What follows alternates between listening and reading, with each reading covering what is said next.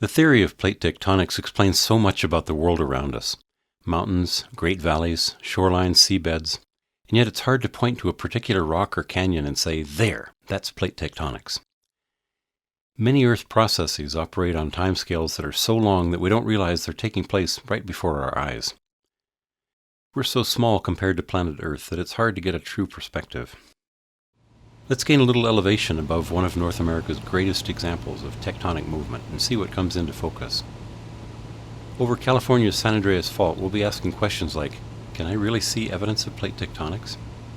How does this fault actually move, and am I likely to be directly affected by the San Andreas? While we're climbing, let's review some basics. Earth's rigid outer layer, called the lithosphere, is divided into 7 dominant plates.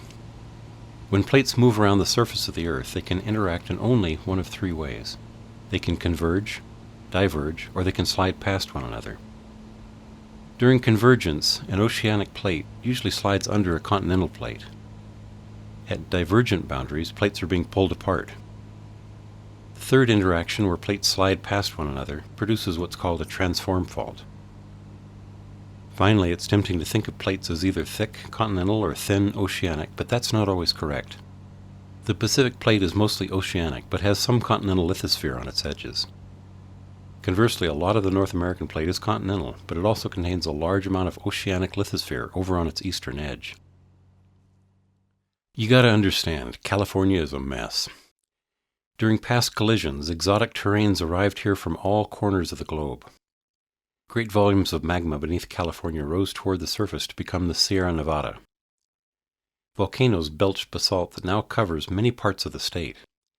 And then, beginning 28 million years ago, along comes the San Andreas Fault, slicing cleanly through the smorgasbord, 750 miles south to north from the Salton Sea to Shelter Cove. The San Andreas offers a world-class illustration of 2 plates, North America and the Pacific, sliding past one another along a transform fault. The San Andreas Fault is a convergent plate boundary, stretches well out into the Pacific Ocean, defines part of the boundary between the Pacific and North American plates.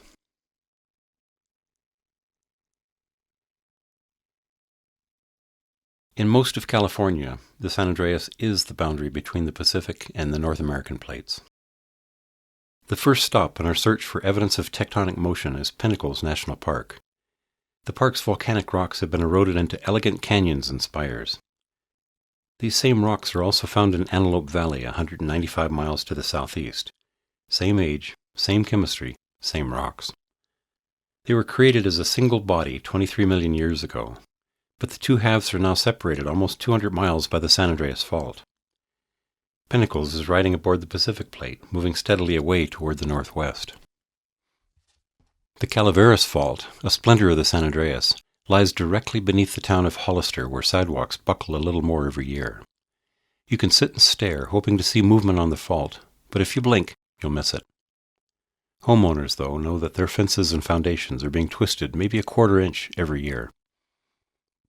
In places, the presence of water can mark the trace of the San Andreas. Unlike northern parts of the state, Central California tends to be dry, so any lake automatically stands out. So-called sag ponds are found where the fault has shoved up scarps that form small enclosed basins. These otherwise unlikely lakes are found along the fault near Coalinga and in the San Benito Valley. Now let's head for the Carrizo Plain. Not much grows here, some grass, an occasional scrub tree. The geology is stark, undeniable. This is Wallace Creek. Not surprisingly, it's dry today. When rain does fall, water flows west out of the Temblor Range. But something funny happens right here.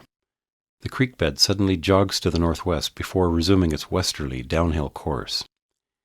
The jog marks the exact trace of the San Andreas Fault, where lower Wallace Creek has been carried to the northwest. There's an even older lower part of the creek that's been carried so far that it's been cut off entirely from the upper section. In fact, creek beds all along the face of the Temblor Range show this offset, each in the same direction. If you stand on either side of the fault, the other side always moves to the right during an earthquake, so the San Andreas is called a right lateral strike-slip fault. The San Andreas accommodates most movement of the Pacific Plate as it slides past North America. Most, but not all. Did you notice the little jog in the San Andreas north of Los Angeles?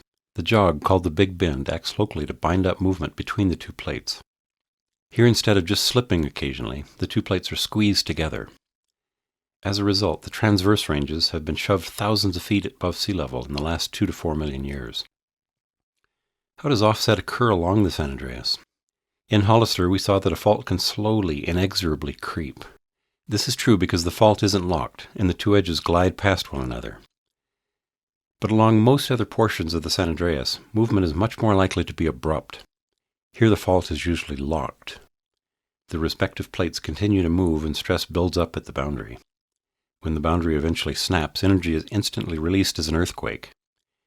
The Carrizo Plain experienced its last big earthquake in 1857 when the fault edges jumped 30 feet.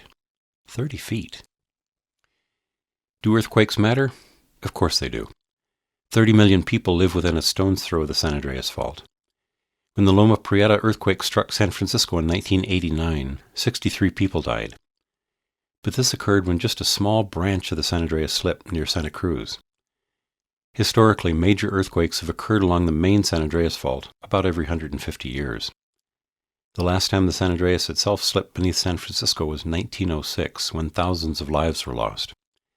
A century has passed, and now millions more live in harm's way. The two plates are still moving relative to one another, almost an inch a year. Having studied the San Andreas, geologists know that the plates continue to move, and that earthquakes will happen again. What did you learn? Most earthquakes occur when adjacent blocks of lithosphere creep past one another as seen near Hollister, are bent by continued plate motion, suddenly move relative to one another.